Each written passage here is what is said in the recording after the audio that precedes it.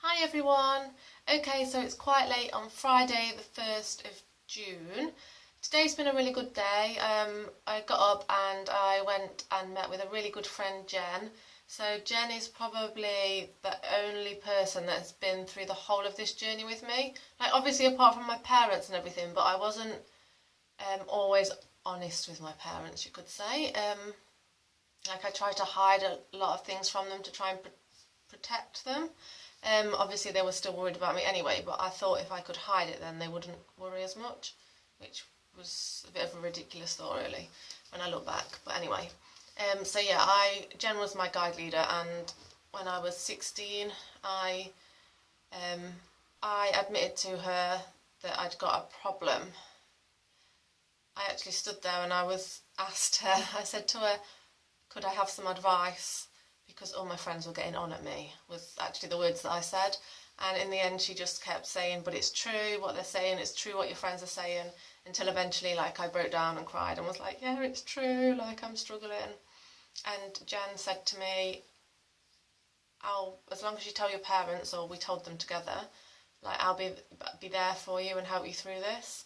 And I didn't really believe her, and it's now been like 12 years later and she's still there. She's in it for the long term. So yeah, she's absolutely amazing and I'm so lucky to have her in my life. But yeah, I thought I'd just make a vlog right now because I'm feeling quite overwhelmed with emotions. Like, not in a, I don't know, I guess I could cry if I let myself, but it just with lots of thoughts going around, so I thought if I could get them out of my head, maybe that would help. Firstly, I can't believe how good life is, and I know I've said this time and time over, but I really can't. Like, I have literally never felt this well in my entire life. Although I didn't actually know what it was called initially. I guess I've been going through PMDD since I was about 11, so when I started to have hormonal changes when I was 11, like physically, like hair started growing and those sorts of things, and I was really emotional during that time. My granddad was dying at the time, like literally dying, as in we were giving him 24-hour care for 6 months. So he passed away, and obviously I put everything down to the fact that he was ill, and I knew that I was going to lose him, and that was my first real experience of grief of a family member. So that was that, and things continued to be like wobbly for the whole of that year, and then I moved to secondary school in the September, and I had kind of an okay year, and then as I hit puberty, like full-blown puberty where periods start and all that, I developed my eating disorder and self-harm behaviours, and then since the age of probably about 16 I thought about overdosing on a really regular basis, to the point that like in the last 6 weeks I haven't thought about overdosing at all, and that for me personally is really, well, it's a really nice feeling, but it's something that I'm just not used to, and like I can't get over how much your concentration can improve and how much space you've got for other thoughts when you're not constantly stuck in a cycle of like sort of negative self-hate and trying to challenge self-destructive behaviours all the time so that you don't act on them. I mean, that's something that I, without sounding big-headed, I like think I've become quite skillful at, like using everything that I've learnt in therapy, numerous therapies, so that I actually don't engage in the behaviours. But when PMDD gets really bad, like when I take the progesterone, then sometimes, as much as I don't want to, like I actually feel completely helpless and out of control. I do as much self-care as I can, and then I ask my parents for support and my friends for support, and when we get like sort of at the end of our tether, then we ask for professional support as well. And as much as I ask for that support, like, you know, there's still been a lot of instances where things have gone wrong, I guess. I don't know if wrong's the right term, but where I have ended up harming myself and landing myself in hospital and things on medical wards. So that's, you know, not ideal at all. So what I was talking about is, what I want to talk about tonight is like hysterectomy, to hysterectomy or not to hysterectomy. Although it is something that, you know, there's probably going to be a lot more posts on from me because it's something that I can't stop thinking about, as much as people say, you know, try not to think about it. Like, it's such a massive life decision, and I still feel that I'm really quite young to be making that decision. But at the same time, like, I've got to think about it because it is such a big decision, and it's something that just goes over and over in my mind constantly. Like, and I have thought about it so much, so long and hard. Like, nobody could say that I haven't thought about every avenue and every possibility of to have a hysterectomy or not to have a hysterectomy, and the pros and the cons and the benefits and the risks of each. So what I thought I would do, like, was just talk a little bit about that to you now. So, as I've said before, I've always dreamed of having my own biological family. That has been like my number one sort of goal in life, to, you know, become a healthcare professional, and then my ideal was to meet a man, get married, have a house. Well, house, man, didn't really matter what order it came in, and have children. I know I always saw the idealistic 2.4 children thing, and that's how I always envisaged my future to be. However, this last few months has really made me question that. Also because whilst in the last 6 weeks I've been like the happiest I've ever been in my life, it's made me see that you can actually live and have a life, and when you've got a fulfilled life, or a life worth living, where you're not constantly beating yourself up with negative self-hate the whole time and thinking about self-destructive actions constantly, like, you can actually have a really fulfilled life without having children.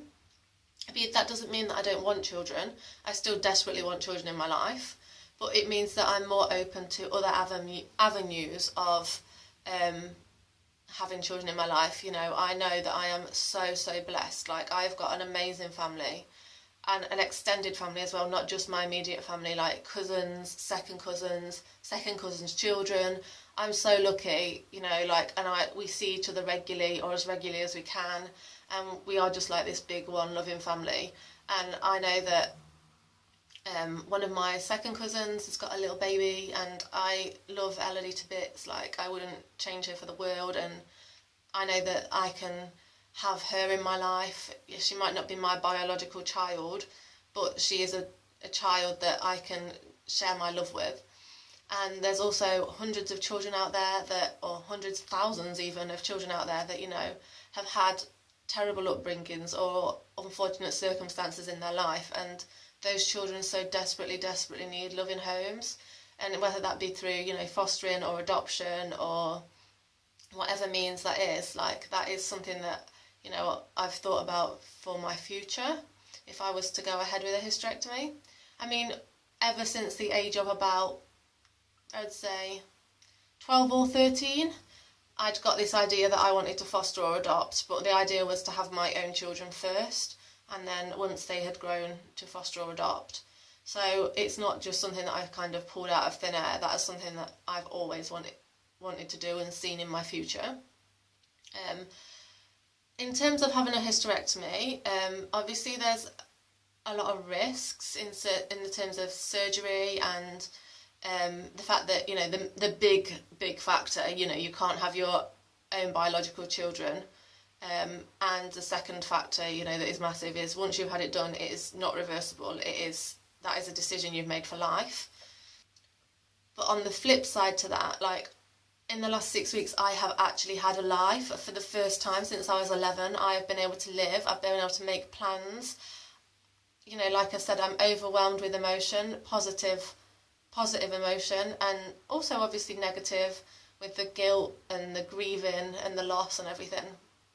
Grieving for the life that I haven't had for the last 16 years or 17 years, whatever it is. But what I'm going to do is I'm just going to refer to notes, so if you keep seeing me glance, that's because I'm looking at what I've written, which I'm going to take to the gynaecologist with me as my sort of reasons why I have really thought about this. As I said, I've got a lot of reasons why I think this is the right decision for me, and I can only make this decision for me. Nobody can make it for me, and whatever I say in this vlog it doesn't necessarily mean that it's the right decision for you just because I'm making that decision. Like, every woman is unique, and it depends on the severity of your symptoms and how long you've lived with it and what you see for your future and what risks you're prepared to take and how much you think it's affecting your quality of life. There are so many factors that you have to think about, which makes the decision really hard to make. But you do have to make it for yourself. Nobody can make it for you.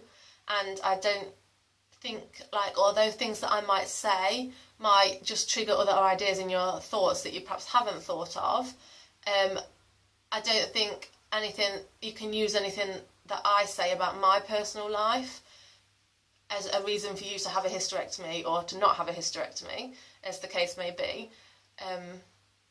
So although I'm putting this out there as my personal reasons for having a hysterectomy, as I'm thinking about it right now at this moment, those aren't necessarily the right answers or anything like that. This is personal to me. And anybody that makes a decision that's different from mine, it doesn't mean to say that your decision is wrong or that my decision is wrong. It just means that it's different, and we are different, and that is okay. If I had a hysterectomy, firstly, I could live again. I could make plans, and I could plan my future, and I could get a job, I could buy a house. There's just so many possibilities out there. I could go travelling, I could meet a man, which I feel like I can't do at the moment because I have to take progesterone, and that means that aside from this progesterone holiday that I'm on at the moment, that means that every month for a good week, 2 weeks, I'm in complete crisis. It means that I have to stay with my parents, that I'm just not myself at all, and then I spend the next 10 days trying to claw myself back out of the crisis once the progesterone has stopped affecting me. I've stopped taking it and I've had a bleed, and that leaves me with sort of 1 or 2 days where I can actually, I say live, but I wasn't living. I was sort of surviving with a better quality of life, but it wasn't living. It was nothing like the last few weeks. It was getting through without the suicidal thoughts and without the self-harm thoughts. It was still a big struggle, but it was better than it had been, and I think that is a really important factor, that a lot of this is subjective and it is relative to how you manage your symptoms and how resilient you are and how long you've been going through this. Over the years, when I have been, medically, it would be classed as suicidal. I have never thought of it as suicidal myself because my big point has always been, I don't want to die. I've always known I didn't want to die, and I used to be able to easily verbalise the fact that I want to do X, Y and Z, but I'm scared because I knew that there was massive life-threatening risks involved with the thoughts that I was having and the urges that I was having that were completely overwhelming me. But I also knew that I didn't want to die. Therefore, I would get myself into a little bit of a pickle, I guess, sometimes, because mental health professionals that didn't know me and perhaps were meeting me in a crisis would take that I don't want to die as I'm not going to act on it, which was completely not the case, because when progesterone takes hold, like I said, I feel completely out of control, and as much as I don't want to do something, and as much as I will try and use every skill known to me and enlist every person out there to support me, I just end up getting so distressed. Like the last 2 occasions, I've become so distressed that I've actually not known what I've taken or even how I'd got to the hospital or anything. I was completely out of it. And that really, really scares me because, therefore for me, every time I take progesterone, I feel like my life's at risk. And if I've always said I don't want to die, therefore not having this operation is almost going against that and saying, well, actually, I am prepared to live like this and I am prepared to put my life at risk. And I'm really not. I've done it for far too long without having a name and an answer and an end to it. And to think that there could be an end to me putting my life at risk on a regular basis and self-destructing, and actually having a life worth living and a quality of life. And you know, that means more than anything to me. So although like I said, this is my thoughts like right now on the 1st of June 2018, and they can change, you know, minds can change. That's why we have thought processes, and nothing is set in stone at this stage. But I've sort of given it a bit of a window. Like, I'm prepared to say to the gynecology team or consultant, like, I'm prepared to perhaps try 3, if there even is 3 more doses or different dosages I can take of progesterone. And if it still has the same effect, then I'm not prepared to keep doing it. Currently, my progesterone regime was not on the orthodox regime at all. So I think the orthodox regime is to take, I think it's 200 micrograms of progesterone for, it's either 10 to 14 days each month. I'm way off that. I'm taking 100 micrograms of progesterone. I'm taking it vaginally, and I'm taking it for 7 days of the month, and that's still causing me massive amounts of distress and disruption to my life, to the point, you know, I can't work, can't hold down a job, same thing, can't, you know, support myself. I can't live independently. I have to have a lot of support from other people, including my parents and professionals. I have to take medication. I have hospital visits. Yeah, like, I would be in no fit state to look after children at the moment. It's also, I feel, preventing me from getting a, you know, stable relationship or a man in my life. I only speak to, like, people about it when I'm well. And, like, every time I seem to speak to people, I'm like, oh yeah, well, I'm really good this week relative to last week, because last week was horrendous, and this week's okay because I'm actually out and speaking to you and not in a complete crisis. So yeah, that's that bit. In the past, I've been told that, you know, women with PMDD have really strong menstrual cycles and hormone cycles. However, that's really great for getting pregnant, but it doesn't necessarily mean that if I was to meet a man and we were to decide that we would like to have children together, that getting pregnant would necessarily be easy, because even if my cycle was strong, it doesn't always guarantee that your partner's cycle or sperm is going to be a strong swimmer. Sorry, I feel a little bit awkward talking about this. I don't know why when I talk about everything else. So yeah, for me, getting pregnant would involve coming out of the medical menopause. It would also involve coming off my continuous add-back oestrogen therapy. That could possibly, you know, be really detrimental to my mental health. You know, before I went on this treatment, my life was a mess. Like, I was just in crisis all the time. I engaged in eating disorders, behaviours, activities all the time. I self-harmed, as I was in a lot of distress, and in crisis just constantly. Like, I don't want to go back to that. And even, you know, in the time that I was trying to get pregnant, it so easily caused a breakdown in relationship. So I might stay on this treatment going through these cycles of progesterone, which are really affecting my quality of life, to find that when I found a man, the relationship might break down whilst I was trying to get pregnant. Also, on that point, theoretically, whilst I was pregnant, I should be okay in terms of my moods and PMDD. But what worries me a lot is when I was to have the child, that there'd be a massive change in my hormone levels, and that would trigger my PMDD, and that actually I might be really come down with postnatal depression or some sort of be in a crisis, a mental health crisis, and that I would need hospitalisation, or I'd be very poorly, and that I would have a really poor attachment with the child, and I wouldn't want to bring a child into this world in those circumstances when I could perhaps predict that was going to happen. Like, obviously I know people do get postnatal depression and postnatal psychosis, and, you know, have breakdowns and things. And, you know, I'm not saying that they shouldn't have children at all. What I'm saying is, for me personally, I wouldn't like to bring a child into this world knowing full well that that was potentially a high-risk situation that could happen. And I've not found any facts or figures on that, but that is something that I'm very conscious of, that could be a possibility. And yeah, I don't want that to happen. Back to the point, actually, of coming off treatment and getting pregnant. no woman's fertility is guaranteed. So I don't actually know what my fertility chances are. Like, obviously I've talked about women with PMDD having a strong cycle, but there's no guarantee that I could get pregnant quickly. It could take months, it could take years, and I don't know if I would be able to cope off treatment for that long. Plus the fact that because I've had eating disorders for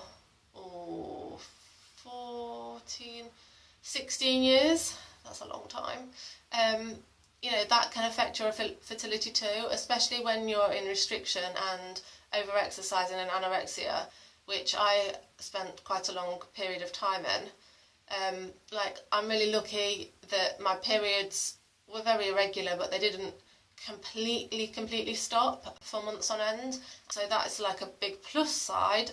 But I've never tried to get pregnant, so I don't know what my fertility would be like and how long that would take. Another point with the child thing is that if I was to have children, one, would I be satisfied with just one child, or would I think, I'd like another one, which means going through the whole process again? And two, if I still had PMDD, which I would still have the condition once I'd had children, one, pregnancy and childbirth can worsen it, and two, how would I actually cope with that child? Because when I take progesterone, I wouldn't be able to cope with that child. Like, it'd be down to the father or my parents or something. Like, I wouldn't be able to give that child the quality of life I would want it to have unless I had the operation. So at some point the operation is going to come, unless they have, some advances in PMDD research and treatment options, which could take years, and I don't know if I've got years left to spare. I've been living like this for 16 years. I mean, I know I've said that, like, I've harped on about it so many times, but, like, literally, I don't know this life that I'm living at the minute. It's like a dream, and I'm just waiting for it to end, and I'm feeling quite optimistic about the progesterone at the minute. I keep thinking, well, how can a stupid little tablet make me that poorly? Get this period of remission if you're progesterone free, but then you have to have the progesterone to prevent you from getting cancer and to try and keep you as healthy as possible and minimise the risks of being in the medical menopause with long-term continuous estrogen therapy. And that progesterone literally puts my life at risk and makes me so ill. And I know that from history. I know that from all the times that I've taken it and from how ill I was before I got diagnosed. Yet at the same time, like, I'm so optimistic, and I'm like, no, it won't do that. And I think sometimes you feel like you're stronger than it and you're resilient, like, well, things are good now, so things won't possibly go back to how they were. And I think this every time, and every time they do go back to how they were,